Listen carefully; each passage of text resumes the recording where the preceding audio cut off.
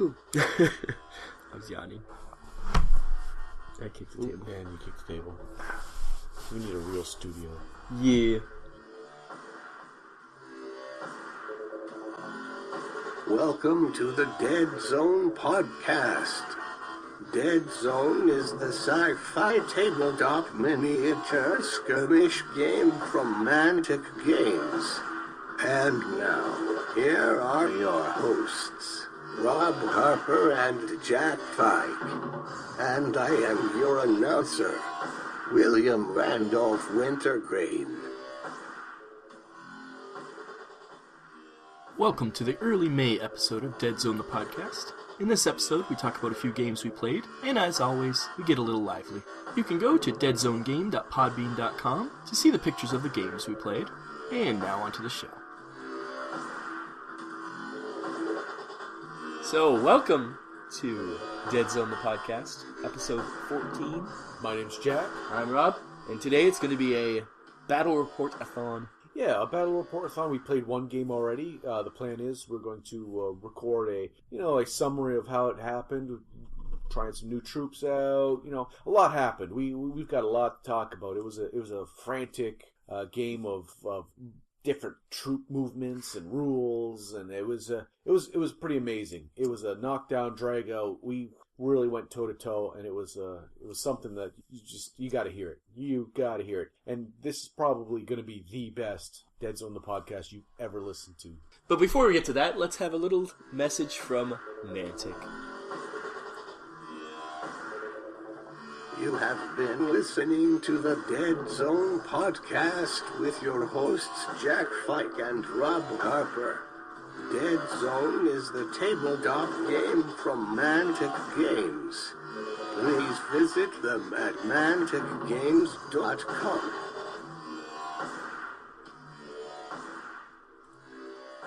That was the quickest intro to a commercial ever. That was almost sinful. Well, that was a decadent way. We just squeezed in that Mantic commercial so fast you didn't even have time to fast forward. Nah. Anyways, so yeah, we had a little battle. Would you like to discuss what was in your force? I wanted to, since I have all of my troops painted now, I went with all Type 3s. The HMGs, the mortar teams, worst choice ever. Grenade launchers. Well, I don't think there was any. We'll get to that. Yeah, we'll get to that. So yeah, it was all the Type 3s that came in the starter kit there that we got. It was Type 3s, Type 3 General. You had 19 models. Yeah, that includes the 2 mortar. And dogs. You had some dogs. Oh yeah, and I had two Plague Hounds to round out because we did decide to do a 100-point army. Yes, we were doing a 100-point army. So on 2 mats. On 2 mats. So you'll see the pictures. You'll scroll down, see what we got going on there. Deadzonegame.podbean.com. Check them out. There's pictures. Pictures of the 2 maps, the paper and the mousepad-esque one. Lots of terrain. Butted up, yeah. Lots Crazy of amount of terrain. Yeah, that was a lot of time and effort set up for what amounted to. We'll get to that. Okay.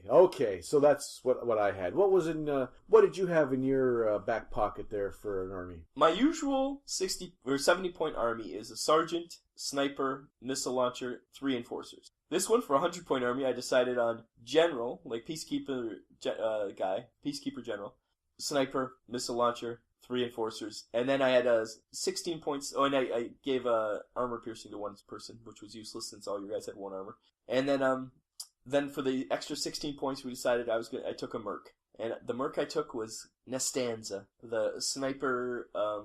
She's I think she's an Asterian. I think she looks Asterian. She does have a look to her that's not. But she is ridiculous. I think that's the easiest way to say it. Yeah. So to sum it up, his mission card was to survive. Yeah, every round I got 1 point for surviving, and then anybody I killed, I got another point. Yeah, and between the snipers, it was even with the terrain, was a fish in a barrel. I did not fire a shot. No. And my entire army was razed to the ground. Well, not your entire army, but a lot of them. I killed 7 models, I think. Yeah, because it was 3 rounds, so I got 3 points for each round plus 7 models. But 7 models in 3 rounds. And 6 of those models were killed by Nestanza. My sniper killed 1 guy, and the rest were all her. And two of them were from her frag grenade, because she picked up a frag grenade, but the rest were just her sniping. She could, well, first of all, she's agile. Which means the first round she hopped up, she climbed a three tall tower. And then decided to shoot. No, not the first round. Which she didn't get to shoot the first round. Oh yes, she did, because I used a command action on her to shoot. So she literally moved up a three high tower and assassinated a guy before I even had. Yeah, and that was at like we were running 2 mats lengthwise. She shot the length of the 2 mats. My mortars. Her range is 14. Let's just talk about her for a second. Jesus Christ. She's agile. She has sniper. She doesn't have deliberate, so she can move and shoot. And her range is 14, AP1, I think. And she can aim and shoot. And she was just crazy. She was just unstoppable. And she's 3+ to hit. 3+ to hit. So anybody who popped their head out, they were dead. Like you always say that about my normal sniper. She was just ridiculous. Wow. And the thing was, I was using save cards, everything I had, just to keep a guy alive. I just wanted one. Nobody survived except for one guy. The final round, I needed 1 more point, so I just ran up and threw a frag grenade at 3 guys. 1 guy survived that frag grenade, but other than that, everybody she shot at died. Yeah. And handily, not even close. Like not even close. She was getting on 6 dice. She was getting 6 hits or more. And I was exploding 8s, and I'm thinking, okay, that's 2 8s with the first roll. If I keep going, and it didn't matter. It did not matter. So what we found is that at least in this situation, that mercenary killed. She was ridiculous. She was her sniper rifle's range was 14, such that she outpaced, even in 3 rounds. No one got close enough to her to. And that's where there was no open ground. You'll see the pictures. There was no clear lines of sight. She was seeing little teeny pieces of people. Yeah, I see his shoulder, or sometimes it would be his forehead from between 2 pieces of. I see his tuft of hair. She literally, this game, she would have won the game by herself. Yes. I didn't need anybody else. My sniper killed 1 other guy. She killed 3 guys at the end. It would have counted. Yeah, she could have won this game by herself. And at the range that she was shooting at, my mortars were still out of range. A mortar was still. She had twice the range of the mortar. She had way more range than any of the rifles. She has way more range than anybody else in the game, I think. Could be. I don't know. I think she is the farthest range. She was ridiculous. And so much so, I felt bad, but I was just like, well, we got to play it out just because, see how bad she is. Yeah, and I wanted to try the mortars again because we tried them before and we didn't know exactly. So I got 2 mortar teams and I got 2. I just painted grenade up launcher, the grenade launchers, the boomsticks. Yeah. So I wanted to try them out. Well. Those were the coincidentally, the first 2 people I sniped were both boomsticks. But again, their range wasn't good enough. They would have had to keep moving forward. But literally, it was a much different game on a 2x2 map. No, I might have, but like you say, I could only killed 1 a round. You would have gotten to me a lot quicker to drop shit on me. So you would have started dropping stuff on my areas, and whereas I would have not. I would have only had a certain amount. I made a couple mistakes. One was thinking that my mortar would be able to reach the same length as a regular weapon, which it doesn't. And it would normally. Like I say, once you get on a 2x2 board, you would have reached me in 1 round. Yeah. First round. Yeah, but that's not what we were playing on, so it was so I'm just saying, in general, it would have been a totally different game if it was 2x2. We played a longer game with more points, and that's what the difference. Actually, not really, because I would have won the game with a 16-point model. That's another thing. She only cost 16 points. My general's almost twice her cost. And why don't you just use her as a general? She doesn't have any leadership. Oh. And mercs can't be leaders. Because, there was a wholesale slaughter. That was crazy. Literally, I didn't fire a shot. No, you didn't. You didn't get a chance. No, the closest you got 1 group that were 1 building away from me, but then it was over. Yeah, and now I had 1 group on one edge of the board, 1 group on the other, and she was able to move. Well, I used command actions on her to move and shoot, and and she just walked up and dropped a grenade down. And on I could have top of him. Played it safe and not done that. I could have just shot somebody. But you knew it was already. I knew I needed 1 more point, and I was like, I'm gonna win this no matter what. So I wanted to use it for a grenade because they're funny. So and literally, she just stood out in the open, and there was at no point did you even move her into cover. She just literally stood up there and just off the hip. But the rest of my guys were in cover because since I had survived, I was kind of just I grouped together and was waiting for you to come at me, but there's no clear lines of sight, so you would have got... Without her, I think I would have lost. Because, No. Oh, I think so, for sure, because... You forget how the Type 3s true. are. Yeah, it's true. I was thinking more Type 2s coming at you. But yeah, your Type 3s, they're not great. Plus, I had my general. He would have been tough for you to kill. But even so, it would have been a much closer game, at least. With her, yeah, it wasn't close at all. It was ridiculous. It was not close at all. And for 16 points, way too cheap. I can understand that there's still... She should have been like 30 points. There's still the troop to leadership ratio or like... Yeah, but imagine you could take her in the plague. She could be on any group. So you take what? You take one plague dog, her, and then like a stage 1 and a Teraton. That's it. It'd be unbeatable. Yeah, no, you need two plague dogs. Sorry. No, it would throw off the troop to. Yeah, you need 2 plague dogs, her and a Teraton. That's it, and then your stage 1 is your leader. Wow. Like she's unbeatable. Nobody really talks about her, but maybe it's because not many people use mercs because we don't have the cards for them yet.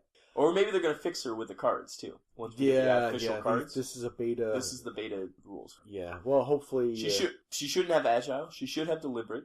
Or she should have one or the other. other. One or the other. That's and in summary, that's where I was going to go, snipers should have deliberate. They do aim... Because the whole sniper thing is the aiming. The sniper ability is the aim, not the aim ability. And you took the words right out of my mouth. And as far as I'm concerned, that's the way. But if she had to have a super ability because she is a mercenary... Oh, and you never got to shoot at her. She also has a stealth cloak. She gets -2 for shots at her. -2 dice for...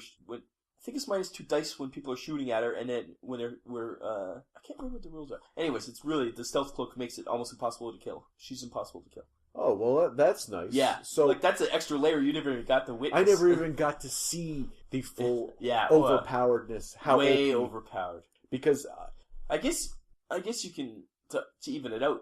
Your enemy could take her too, I guess. But I wonder if that's the case. If she's not the most expensive merc. The most expensive merc is Blaine.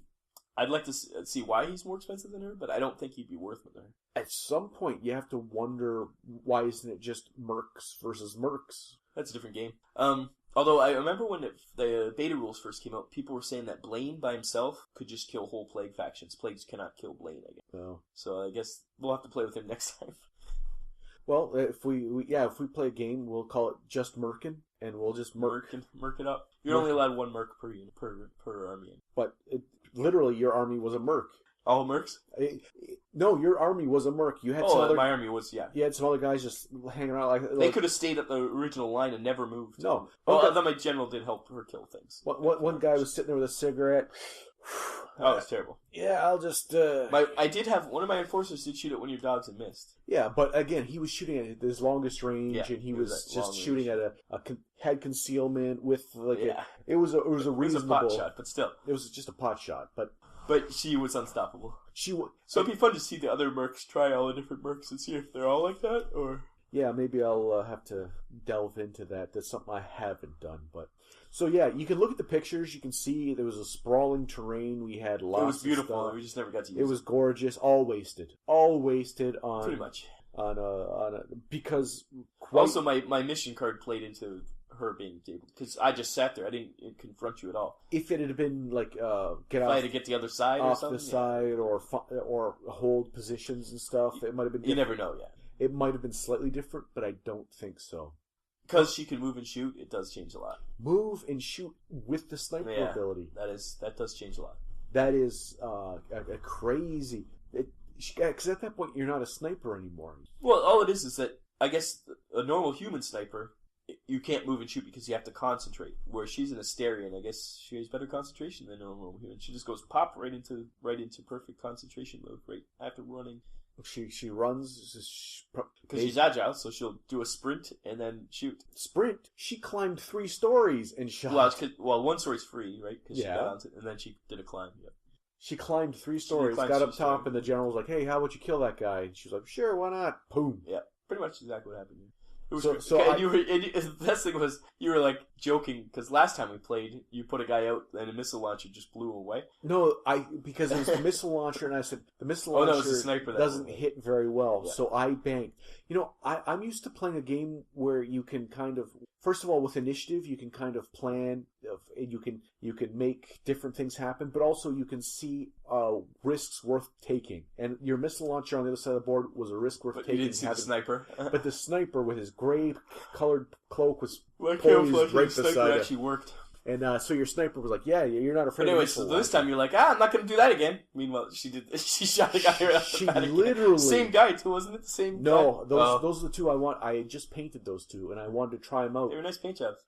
Yeah. And they had, like, white jackets with bloodstains all over them. Yeah, the one got bloodstains. I've painted, any of that were duplicates, I've painted slightly different, so that on my sheet I can write down. And that guy... Bloody, and then the other guy. I just wrote bloody. Well, that's why I put, on my enforcers, that's why I put stripes or skulls on there. Yeah. Like, you're not supposed to have an endorment on your enforcers, but you'd never figure out which one's which. Yeah. You'd have to mark the bases, I guess. Yeah, and we have clear bases, so that's... Oh, and my sniper fell off the table and snapped his base off. We still can't find it. Yeah, it went somewhere. It's in my... I personally think it's in my underwear. Well, that's... We'll find out later. Yeah. We'll find out later. You're gross. Anyways, yeah, it was a game. I can't say it was fun for either of us. No. Well, Touch had to move. I know how to move. It was fun until you revealed your card and said, oh, all I have to do is survive. I'm getting points for that, and I just have to kill, and I'm getting points for that. And I'm like, that is the best mission card I've ever seen in the game. It was a pretty easy mission card. Usually it'd be hard for me to kill that many points, but you put if it was stage 2s and 1s and Teratons, and it'd be a lot harder for me to kill things. No, I don't think so. I've never killed a Plague Teraton. I've never killed a stage 1. Ever. No, but that's true, but also your sniper has never gotten a Teraton or a stage 1 in their BD little sights. I think he's had a stage 1. I think he shot at stage 1. My missile launcher couldn't kill the Teraton to save his life. Well, the missile launcher... He shot like 4 times at him and never could kill him. Missile launcher, I think, is a troop that might need a little tweaking. Because he never hits? I know when it hits, it's devastating, but I think... when you're not afraid, I'm not afraid of the missile launcher. Yeah, it should be like an area effect. It should be kind of like a grenade, maybe. Yeah. Like you shoot a square and then maybe where it's not adjacent even squares are hit or something. Yeah, not even like a throw grenade. So it hits and then you hit that square. Yeah, because it's a little like you say, sniper rifle is way more scary than a missile launcher. Oh, your sniper rifle. Your regular sniper, I've always thought was the he upper misses tier. Once in a while. Yeah, he was the upper tier of power. I thought that he is my best model. Like him and the general probably tied for best one. Yeah, so I thought that was where the you have upper tier. a Teraton and the Plague as your best one. Yeah, the type 1's are good. Yeah. Like he's got his, but all the other models have a deficit to them, which I don't see in this stanza. So I'll be... No, she has no deficit. I look at the stats for all the mercs. I was like, well, I like her because she's a sniper. But then when I actually looked at what she does, she is tough. Especially 3+ on a shoot. Like she never misses. I was literally rolling all my dice, and one time I missed twice. I do have the Plague Mercenary. What her? Yeah, it's Dr. Simmonds. Yeah, and I have Recon. And maybe I'll see what she can do, but it's not going to be... I think she's a leader. Isn't she or something? No, they can't be leaders. So that's another problem with Deadzone right now, is that they have mercenaries, but then they have mercenaries that only go in their own faction. They shouldn't be mercenaries. They should be unique characters. They should be a hero. They should be a separate section. Like, I understand they wanted to keep it simple, but they shouldn't be mercenaries. They should be unique characters. Because I have Recon and Howlett, you'll have Kish, and you have Simmonds. They shouldn't count as mercenaries. No, because they're not mercenaries. They're Plague, or they're enforcers. They're not mercenaries. I would just ask that they crack a dictionary and see what the term mercenary means. Yeah, exactly. Especially, Howlett is a sergeant. By the rules, he can't lead my army. As sergeant who... Because he's a mercenary, mercenaries can't be leaders. Yeah. That makes no sense. And I would We obviously aren't going to play that way. We'll play it correctly. Well, it will be separate. We're going to start... I want to see my mortars... I want them a little more chaotic. I don't like the way they run. We'll run them again, but I want to... Then now they do that throw grenade as to hit, which is fine. Okay, we're going to do some house rules on but some even stuff. so, it's... No, that's part of indirect. No, but on some stuff. Like, I think initiative eventually... Oh, yeah, we'll fix initiative. We haven't played enough to really... But it's enforcers get initiative every game. Like, it's not even... You get initiative maybe first round. After that, which renders half your cards useless. The cards which make the randomness of the game, the cards are what makes... They've really dialed down what the dice can do, and they make sure it's the battle cards that make the differences. and they've pointed the battle cards in one direction. But if you want to have a fast initiative, you want to go first, especially with at 100 points, it's slightly different because that one card, the distract card, is actually useful because you can use distract on whatever model I didn't get to use. But at 70 points, distract card's useless. I use all my models in one go. Yeah, so. And in the stanza, would have been if I'd had distract cards, I'd have been like, okay, but keep her. But once again, she goes first, so I always used her. So. But and that's why initiative can't just be. I understand the smaller group should get a bonus to initiative, but they shouldn't always win initiative. Most definitely. Maybe they get 2 dice and you get 1 dice, whoever rolls more. Yeah. So there's always a chance you could get it. But in this game, we could play this game with the armies we have and the train we had about, say we played 100 times. I would say that I would lose 100 times. I couldn't see a way for you to win. No. Not with my mission, not with that sniper. No. There was, no. Well, I guess the only way you could win is if you really stayed in cover the whole time and made sure that you could sneak up close and then mortar her off the top. That's I don't, maybe not 100. I don't think 100 times. Your card was survive. As soon as but you only get 1 per round. It was me killing things that sped it up. Your card your cards were starting to deplete, which means you couldn't have waited forever. That's true. If you would just actually another thing you could have done is just keep you guys in just hidden and let me burn through my cards. You would have won that way. Well, which would have been funny. So there is ways to win, but there's stupid ways. Yeah. Because I literally had about 3 cards left in I only had like 1 more round. Because you had so much leadership. Yeah, I was burning through. I was 3 cards around. But if at any point... Well, 3 times... Well, you have 20 cards, so 3, what's that? It would be 7 rounds I would last. If at any point I resolve myself... Oh, minus 4, so it's actually 6 rounds. If I use something that cheap and so rules lawyery and so just outside of... If there's no way you can explain why you've lost, you've run out of battle cards, so your leader goes, I give up. I got no ideas, guys. Yeah. Let's just pack it in. It doesn't make that whole running out of cards losing thing. I think they did it as a time limit. Probably, but if at some point I'm using something that cheap, I just ask that you take me out to a deserted old area. Yeah, and just put a gun to the back of my head and just that's another thing that we probably do. Well, it probably never comes up that often. With I don't like the general. I'd much rather have a sergeant as my leader. That's the way I always ran it.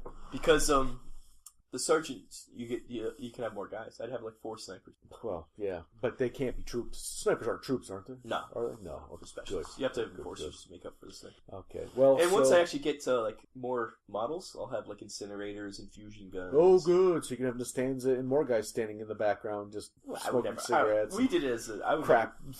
I would never take her again just because it's unfair. Well, we would have to both merc up and see what happens, but I can't see. Once again, with this mission cards and your guys, even if you had a merc on your side, I don't think it would have changed the result.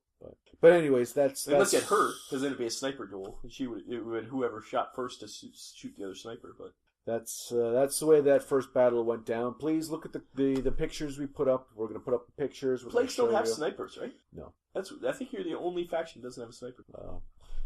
So what we're going to do now is we're going to play another commercial. We're going to disappear. We'll probably knock off another game. That's right. Have a quick game. And then we'll come back. We'll walk you through that, see how that goes, and hopefully these kinds of shows are pretty decent. When there's no news, we have to... Yeah, it's a little low in the news. The only news that we really have is the new FAQ came out. Go to corkworthy.com. The new Deadzone FAQ is up. So it added a few things to his already discussions, the old FAQ. It was, good times. It is what it is. That's Ronnie talking to the fans. No, that's Jake. That's Jake Thornton listening to the fans and writing that down. So yeah, we're going to leave you now, and we will be right back with another battle report of another game. Hopefully a little bit more fun. Yes. Okay, bye-bye. Bye-bye.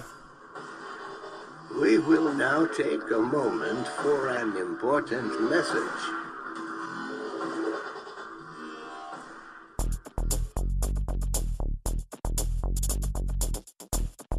This is the Strike Zone. Yo, Dreadball fans, the Strike Zone podcast is all about entertaining, educating, and informing you about everything Dreadball. We record twice a month, are an hour long, and are child-friendly. You can look us up on iTunes with the keywords Dreadball and Strike Zone, or on our main website, www.warmoreradio.com. Enter the strike zone.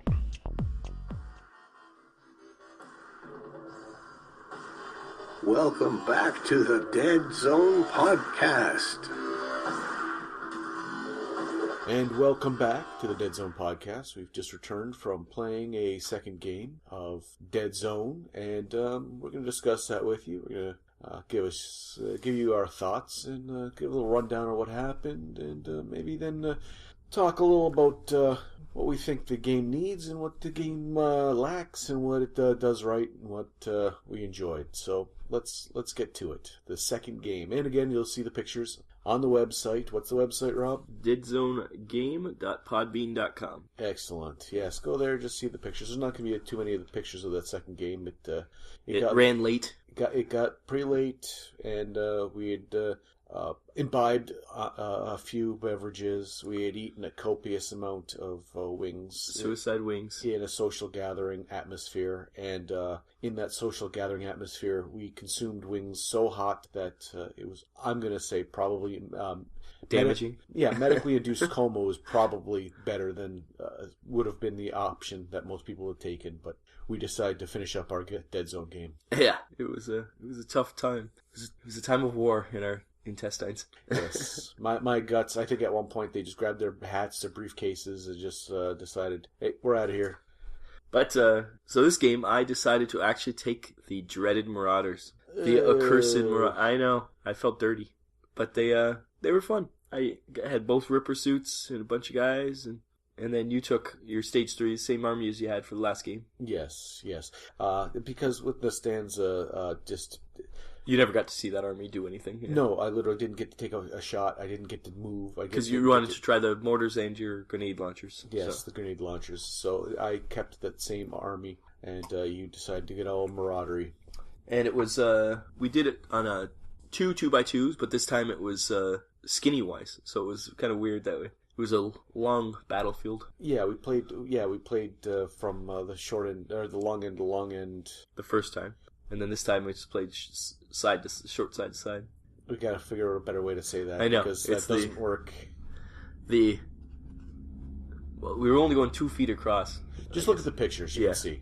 Anyways, point is... Stop busting our balls. Just go look at the pictures. So, and my mission card was infiltrate and survive, which I didn't let him know for sure because I was sneaking across, and his was kill and survive. Yes. Kill like really expensive models and survive. You had to kill. Yeah, I had to headhunt the most expensive models. What was it, 11 plus? 11 plus. Which luckily I had 3 of on the board because the 2 Ripper suits and the captain. Unluckily, the stage 3s are incapable of killing. So no, you kill. No, it was who killed this Ripper suit? A mutation. Oh, mutation. Yeah, he acid breathed him. He finally killed a Ripper suit with an acid breath.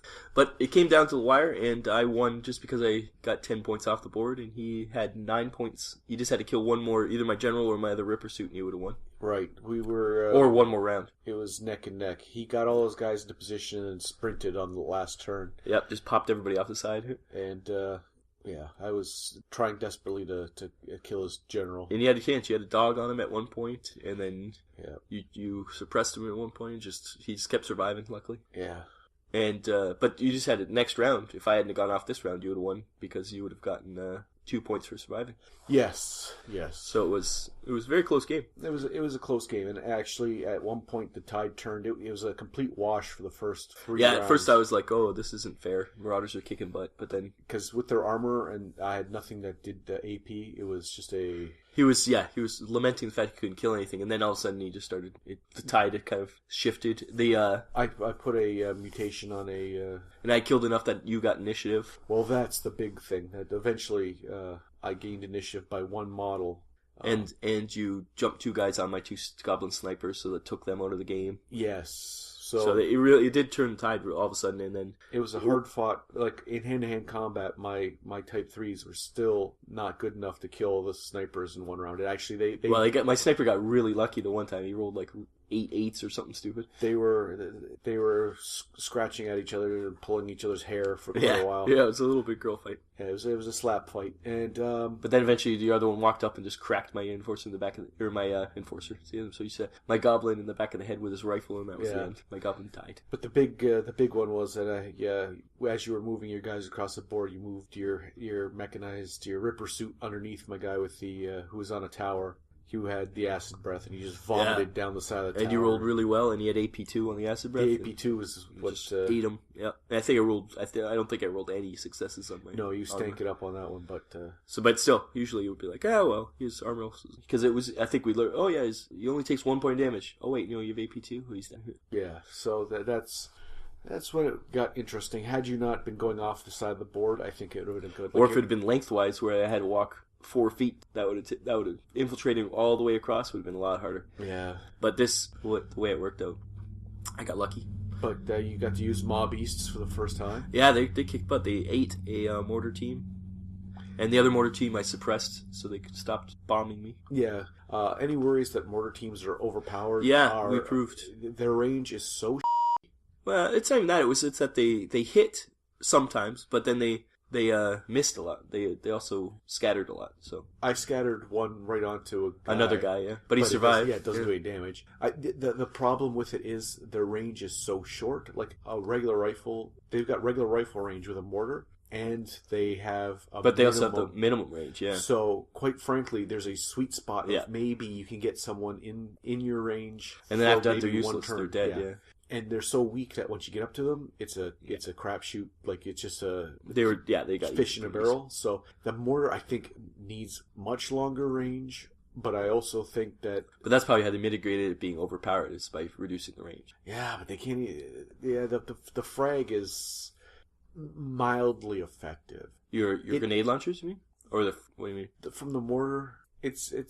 It could be, but at no point I think your grenade launchers are a much more effective unit and probably cheaper. They're about the same. Yeah, but they can move and they don't have to worry about having 2 guys and base contact. And yeah, I think they're a better choice for similar results. Yeah, it's not massive frag for the it's just frag grenade launcher, but still. Anyways, those mortars, they weren't quite as effective as before, but they still. I don't think they ever killed anybody, but they pinned some people, I think, by blowing them up. But more effective was your stage 3s suppressing. That really, keeping my 1 Ripper suit, you kept him down for a couple rounds. Yeah, but just because when I finally got initiative, I was able to, what was good for the goose was good for the gander, because you were suppressing, half of my army was sprawled out on the ground being suppressed the entire time. Well, that's because, once again, I knew I was just trying to get to the other side, so I was just trying to keep you down so I could just keep running. That's all that matters, because you just, literally just walked forward up to people who couldn't defend themselves.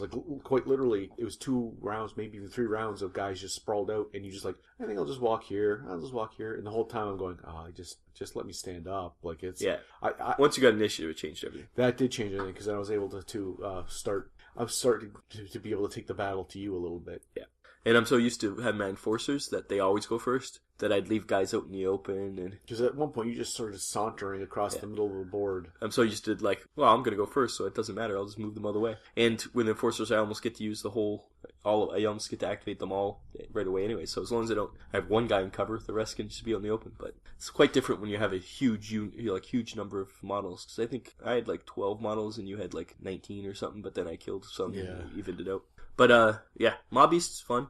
They were probably my favorite unit. They didn't do much, but it was just they were effective at what they did. Because quite literally, you shoot up the mortar team. You did start sending them back, but since you were just going to go off the board anyway... Yeah, I was trying to keep to the edge, and then I was like, well, maybe I should really... I don't want you to suppress them, so then I hit them behind a building. Yeah, you didn't really start moving them around, because you were just going to move...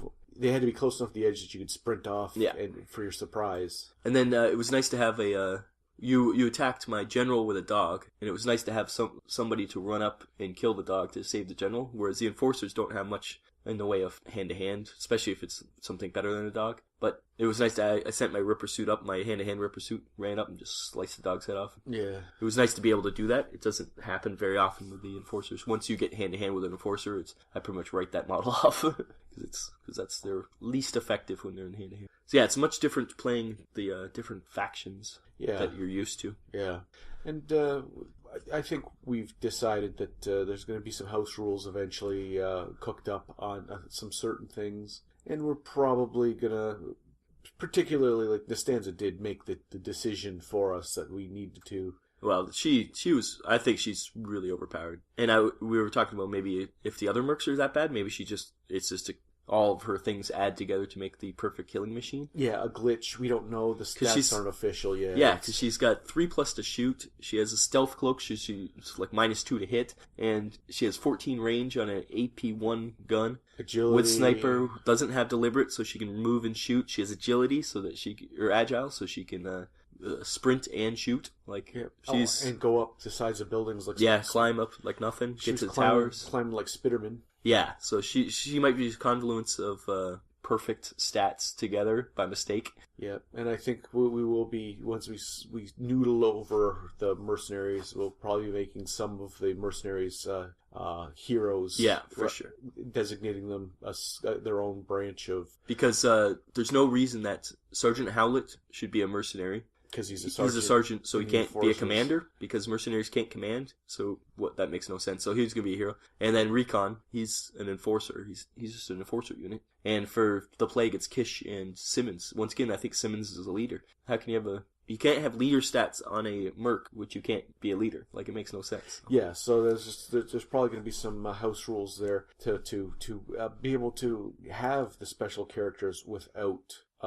especially the ones that are faction specific. Faction specific. Like, if the enforcers could take Simmonds, I'd say, maybe that's... Sure, I guess so. They need her for a special mission. Different, yeah. But since it says enforcer only, plague only, yeah, they shouldn't be like that. It's got there's a storyline, interesting aspect to that, where you could say, okay, well they've hired her because she knows the way to get to this. But why would the plague hire a plague? Like, it makes no sense. And that's exactly it. I think what needs to be done is someone at Mantic crack open a dictionary and read what a mercenary is, what mercenary means, and then there should be 2 sections. One should be mercenaries, one should be heroes. And heroes are just better, like, unique characters for your faction. You can only have one of them. And mercenaries is the ones you can hire, and you know. Yeah, and they could be any of the other alien And you should be able to have Recon and Sergeant Howlett in your unit if you really wanted to. You pay the points for them.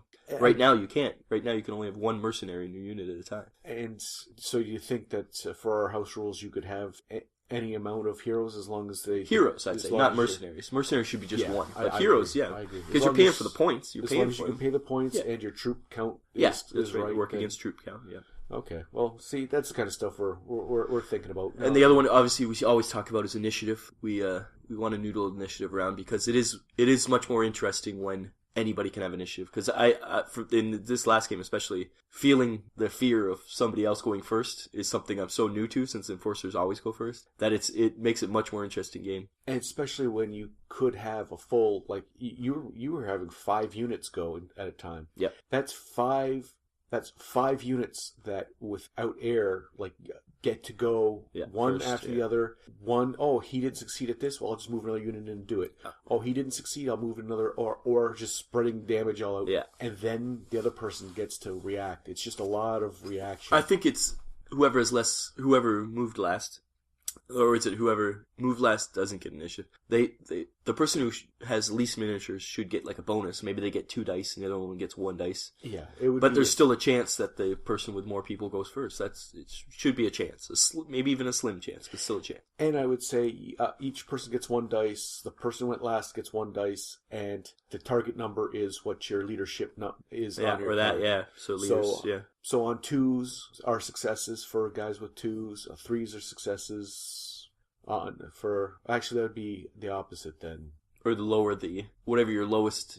Yeah, it would have to be the opposite. You have to roll under your leadership. Yeah, you have to roll under your leadership. And so your command total, say like your command total is 4s, 6 or 5. Put them together. So your command total. That's together. It's your command. So I've got 4s. I have to get. And I would have 5s or 6s. Yeah, that makes sense. We have a system that includes randomness, and it's number of successes. Yeah, a bonus to based on your number of models, and it's dependent on your leadership, so that your general is important. Boom, done. That's Done. pretty good. Suck it. Here, I'm just going to drop the microphone right now. No, I'm not dropping the microphone. Please not. It's my microphone. I'm allowed to drop it. Yeah, but it's got delicate sensors and stuff inside. It does. We do have some nice equipment that I don't want to bust up in the studio. In general. Or in general, yeah. No, if I was on the street, it would be busted up, but not in the studio. No, when I roll out my cardboard and I do my breakdancing, that's with right. Then you'll drop the mic like an MC. Yes, that's right. And I think I think that analogy works. Sure.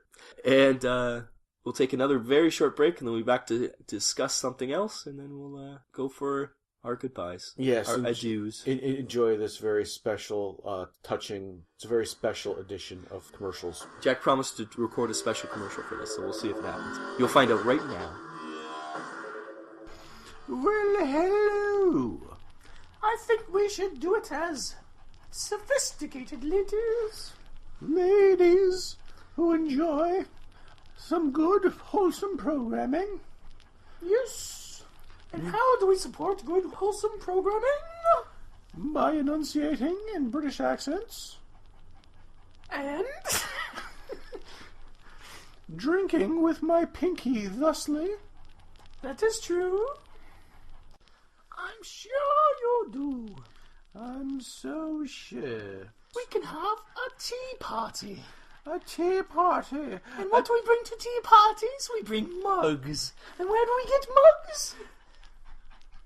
You're the one who knows the website. So to throw it to me like that would certainly sabotage. I wish I could find the Vinland Old Time Radio tea cozies. That'd be pretty awesome. Excuse me, sir. This does not concern you. Move along. Sorry, I was delivering your tea. Sorry, sir. Or ma'am. Were you delivering it from Noah's Arcade, perhaps? No. We were doing so well. cafepress.com/Vinland Old Time Radio.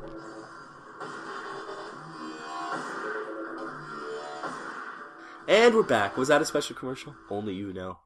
I just want to talk about things we're kind of hoping for the upcoming mini Deadzone. Yes. Kickstarter. The next chapter in our in this podcast is going to be our hopes and dreams for what is going to be released in the new mini Kickstarter. We had discussed slightly about what we would do if we were running it and what we would want as like a dream team up of items. So where do you want to start? Well, we'll start with what we know. They said that there's going to be new models for all the existing factions and a 7th faction. That's the basics of what we know. And we've discussed what this last episode. We think the 7th faction is probably going to be the Vermine. We'd already discussed that, so we don't need to touch on that. But playing now, we hope that they either do for mission cards and battle cards, either do boosters to add more missions and different variety of setups and things like that, and more battle cards with different things. Or, as Jack suggested, maybe a whole new decks that were more like scenarios. To say the same system, mission cards, battle cards, everything like that, except for make it. They're obviously different. More thematic. Yeah, but for specific for a new setting, a new campaign. Where Rob was thinking boosters, you just add in just new missions and things. New missions and stuff. Just pile them into the decks you have. And I thought, well, what if it's just two ways of doing the same? You could do both, really. Accomplishing the same. So you think the card decks with getting new scenarios for them, different planet maybe, or different setting, different themes, because the missions we have now, there's only a selection, maybe 10. Yeah, it's missions. like start corner to corner, start one edge, start the other edge. Whereas you could then start mixing it up, start dead center. Yeah, friend is in the center, foes around the outside. Foes on any of the 4 other sides, foes on 2 of the. Just a little bit of variety sides in the missions. Yeah, which you can do yourself. But it'd be cool to have cards for them. Yeah, we're saying stuff like this. We're talking our dream. If we were doing it, what you'd do for a second set of stat cards and stuff. More mutations, I think. Yeah, more mutations. And I think just that would be so easy and so cheap for them. What's the cost of making decks of cards? Oh yeah. and some counters, and literally here you go. Like that's a mini Kickstarter. Plus, for the extra character, for the extra models, they said that each faction is going to get a few new models. I definitely want a cheap model for the enforcers, maybe a Corporation Marine or something that only costs 5 or something instead of 10. Let's do dream additions to our army, because that's what enforcers is really lacking is cannon fodder, like just troops that you throw them in there. Because right now you have to use an actual enforcer as your troop. That's 10 points. You're only putting a couple of those in your, like you have to put 4 of those in your army just so you can have snipers and rocket launchers and stuff. So it'd be nice to have something cheap to put in as your troops so you can have better specialists. And what would that troop do? What is it your dream for those troops to do? Like, would you want them to be fast? No. I just want to be exactly kind of like the Marauder Commandos, which is just they have a rifle. They have no special abilities. Laser knife or something? Yeah, or just a gun. For hand-to-hand? Yeah, a knife and a rifle. Just, that's it. And just be Corporation Marines, 5 points. You're not asking much. I'm telling you, like, hey, you shoot for the moon, and you're just like, because you put anything on them, then they're going to cost more. I just want a guy who's worth 6 points. Or even like War Dogs or something. That'd be kind of cool. So I get some with the enforcer armor on them. Yeah, or not even like just because you want them cheap. Even if they were 5 points for them. A little robot dog. He's not robot. Kind of square. Out of his nose would come a small tube that would come out. We'd call him K-10. Yes. No, I was thinking more of just even warhounds, just like equivalent to your plague hounds. Let's not know. Non-plagued out dogs. Well, or even other animals, maybe badgers. Honey badgers. Non-plagued out honey badgers, as they trained honey badgers to fight. Okay, well... Or cats. Crabs. Crabs, yes. Anyways, that's what I want. Just some cheap units for the enforcers. You're not asking for much. No, not at all. Just want some cheap units. And for Plague, is there anything you're really missing? You got so much variety in the Plague. So much Shooters, variety, but a sniper, a Plague sniper? That's probably... I have a huge variety of suck... And then one or two... Fodder, yeah. Yeah, 1 or 2 decent... How about a Teraton Stage 1 leader? A Teraton leader? So not a Stage 2, because the Teratons currently are Stage 2s, but a Stage 1 Teraton leader. But the Stage 1... the Stage 1 is... That's a dream, but I... That'd be... Because you definitely use him more than the Stage 1. Stage 1, the problem is he's slow, so he's... My dream would be a remodeled Plague Swarm. Something that looks nice. Something that looks nice. Something that I don't need the slugs in there and the little mice. Less variety. And, the centipedes look dynamite. I don't know what I would want. The Plague Sniper is obviously... I wonder if that's the Enforcers, Plague Enforcer that's coming out. I wonder if he's going to have a good shoot. Maybe he's going to be more of the sniper for your army. Yeah, his weapon didn't look like a sniper rifle. No, it looked more like a shotgun or like a close combat, but who knows? Yeah, so no, I can't answer that question as to what I would want. And... Yeah, we don't really play the other factions enough to... We have. Yeah, but is there anything you'd think for the Rebs or Marauders they need? I don't think so. Yes. What do you need? The Rebs need an armored something. A little bit more tough, something tough. Something that could take... Because all of their guys are kind of nimble, kind of... But they're all like Armored 1. Yeah, they're all kind of... And it would be interesting to see... Like, because they've got the Teraton, don't get me wrong, and he's not a slouch. Yeah. But it'd be interesting to see a median of that, like a guy in... cobbled together Enforcer armor or something, Yeah, but I wouldn't even say, like... Because that would be the human. I'm in my mind, I'm seeing, like, a Yindij with, like, his races kind of like armor on there. Or like Crystallans or something. They have some extra armor. Plague Crystallion. That's what I want to see. That's for the Plague. I'm not sure that could even happen. Plague Crystallions.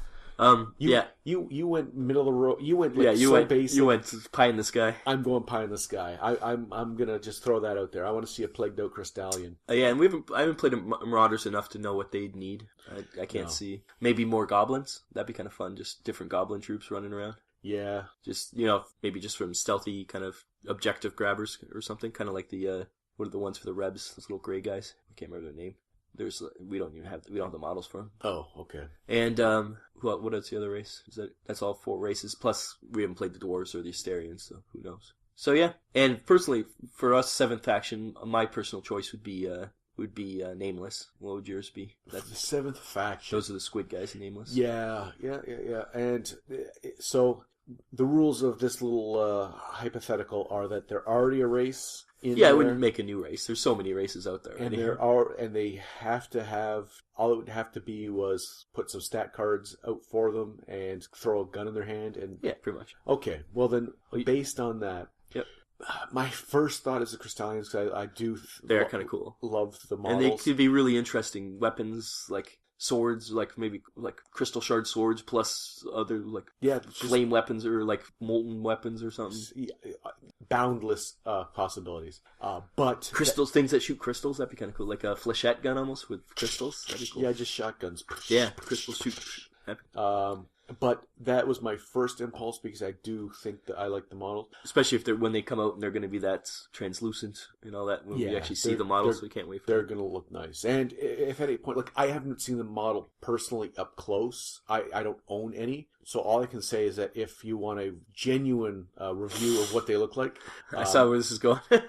Mantic, please feel free to send a few pouches of those along, a few little blister packs. We got to start sucking up to the new community managers. There's 3 new community managers to replace James, so we got to start sucking up to them. One of them's got to give us a little. One of them has to like. Come on. Come You get so many people listening to this show now. It's got to be. It's free advertising.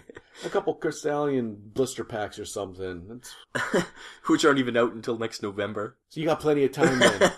You get into your job, you settle in, you know. That's right. All 3 But then they'll years, have been like, you get they'll your have been desks. sick of us. You get your desk set up. You get, you know where the water cooler is. You get to, find out when breaks are, and settle in. Then you can just start maybe divvying out things to Deadzone the Podcast. the Deadzone Podcast. Deadzone Podcast at gmail.com if you want to get contact with us, man. Yeah, but all right. Feel free. We'll provide addresses. It'll be Look at me. You sucked me into the. See, because it just makes that much sense. Anyways, so but, other race. You said Chovar before. The Psychics as a whole faction. Yeah, I don't know enough. That'd be kind of them. scary. But what I'm seeing in my mind, if you pinned me down to which. I know Dreadball's got robots. Yeah, the interchangeable Mechanites. robots. Yeah. And I think you already have sprues of bodies. You already have sprues of legs. All You just have a sprue of guns. A sprue of arms Weapons, with guns. yeah. It would be... I'm thinking about Mantic's bottom line at this point. You change one sprue... Yeah, you just need new sprue. Yeah. Box... The arm sprue, like, and I don't know how they're laid out, the sprues. So if you want me to be an informed, Okay, enough. Okay. But even so, yeah, that's a really good idea. Actually, it'd be easy to do. Plus, it would be fun once we get the AI decks to have Mechanites as like security robots and things. I think we've discussed that before. Oh yeah, and that's another dream to go back to if you're doing an expansion. Just make cards for all the Dreadzone units, or I mean, Dreadball. You make all the stat cards for every single stat cards from the Dreadball up, and just make it the universal. Yeah, and they kind of did it with the Mars Nexus Attack. Psi, and Nexus Psi they did it with since there's NVPs that you have to save, they gave them actually stats as a baseline. But it's just baseline. Okay, this is what a Jack has for stats. This is what a Striker has for stats. Of course, they should have different stats for different races and stuff, but. That's the first step towards it. I can't see that why they wouldn't do that, because they'd just be selling decks like crazy. Anybody who's playing both games, Dreadball and Deadzone, you're going to have a Dreadball team. Wouldn't you want to, like reminds me of Battlestar Galactica. You didn't watch the new show, but there was that... I really tried. Yeah, I know. There was that team that they were being rebels, so that they were stuck on New Caprica and they were fighting, but they were like a, they were a sport ball team that... armed themselves and fought. Same idea. It'd be cool to have Dreadball teams that do that. Dreadball. Well, yeah. Imagine the Nexus Psi. There's a league there. Ballbusters, and they're there, and all of a sudden it's like they're training out in the mountains, and all of a sudden, hey, there's plague everywhere. We have to defend ourselves. Yeah, they're doing circuit training out in some training area. The coach is blowing the whistle. Next thing you know, a plague comes up behind him, tears his head off, and they're like, "Oh my god, we got to get out of here. We got to fight our way out." Also, I think there's a real. Maybe this is more for the Warpath Kickstarter, but a real chance for, now that they've kind of spelled out more what each corporation is with the Nexus Psi book, it'd be cool to have separate distinct armies or even factions for different corporations. That would be done. It almost turns it into Mutants Chronicles or the new Warzone. Because then you could justifiably have Enforcers versus Enforcer battles. Or Enforcers versus Corporation, or Corporation versus Corporation. It would expand the, like, that's maybe more, like I said, more a Warpath idea, but still. Exponentially expand. But even so, when the Warpath comes out, also make stat cards for all those Warpath people for units in Deadzone. Like, there's no reason why you shouldn't. Like you say, cards are cheap. Yeah, so if they're looking for ideas for mini Kickstarters, those are just a few that we bandied down. Stat around. cards, that's all we want. Massive amounts of stat cards. And vehicles. And vehicles, yes. That's more for a Warpath once again, too. But again, I would say the Mechanites, with their... that'd be fun, for with their interchangeable limbs and arms, and... and even those Plague... On wheels, and some on, like... That Plague Dreadball team, it's so easy to turn them into Plague Deadzone. Mix and match, so you can... So I know that for Deadzone, they originally thought of it more as a board game, but we love mixing and matching and doing more of a hobby with it, which you don't have to have it in the main box, but offer it for us who like doing that. Yeah. Which they're doing obviously they're doing that with Dreadball. I think Dreadball is a really indication of what Deadzone's going to become, because Dreadball is probably about a year and a half earlier in their cycle than Deadzone, so you can see kind of where they're thinking. So, and obviously that it's successful enough, and that's the direction they're taking it. And they've expanded ridiculously. Like Dreadball is a huge amount of things now. It went from a few teams, a little board game. Now there's like 40 teams, and they're expanding it so you can change the pitch, change the and they have different coaches, different scenarios too. Like even like they have different planets where you play on. They play on the Yindage planet. I think it's the Yindage or Sorak. No, I think it's the Yindage. So it's like a foresty kind of pitch and stuff now. See, that's done. Azure Forest, I think that. That's the kind of. So it's really it's very cool. Yeah, even with the terrain for Deadzone, eventually you can do more like different planets. So it'd be like maybe you're on the Yindage planet, so it's all like tree houses and things, and just you can make that terrain into whatever you want. And right now the mats are just like urban, but that'd be cool to do like a forest mat or a... That's another mini Kickstarter. See, we got mats. Yeah. Or even just different urban mats. It'd be cool a mat or an urban mat with like a river or something in it, so as an extra like one obstacle, of those, you have to like jump over the water and stuff. Yeah, or one cross of those, bridges and like a what are they called? Like an aqueduct. You see? In urban areas, where they used to be called aqueduct. Now they're called. What is in LA? They have those. I don't know. Anyways, like urban rivers, overflow things, whatever they are. I can't remember what they're called. Like that. Or just have the urban go like gradiate the same urban that we have gradiate into green. Yeah, like it's the edge of the town. So it's the edge of the town, something like that. That's a mini Kickstarter. Just mats, because you could sell mats. Like they can't. Once again, it can't be too hard to set up different patterns on these mats. No, because you create one picture and then you just go to print. Yeah. So yeah. So there you go. So that's the things we'd like to see. Hopefully, Mantic's listen to us. Yes, hopefully they are, and we know they are because actually we do have contact with. Well, James was there. We miss James. James is dead to us. He went to the enemy. No, not James. He's dead. He died in the wars. More power to him. Anyways. So that's it for this Deadzone. We talked a long time about nothing. Yeah, well, that's what we do best. So until next time, I'm Rob. And I'm Jack. And this was Deadzone the Podcast. Dun. Take it away, Mr. Wintergreen. Here is your host, Rob, to tell you how to contact us here at the Deadzone Podcast. Thank you, Wintergreen. You can listen to us on our website, deadzonegame.podbean.com. You can email us at deadzonepodcast@gmail.com, and you can follow us on Twitter at deadzonepodcast. Thank you for listening to the podcast. Join us next time for some more of the Deadzone Podcast. Vinland Old Time Radio. It is to laugh. Astro! Ahoy there, Dirigible. It's a gavel, a haunted gavel. Have you read The King in Yellow? Africa's a continent? It's with great protest. Ooh, now that's some fine programming. VinlandOldTimeRadio.podbean.com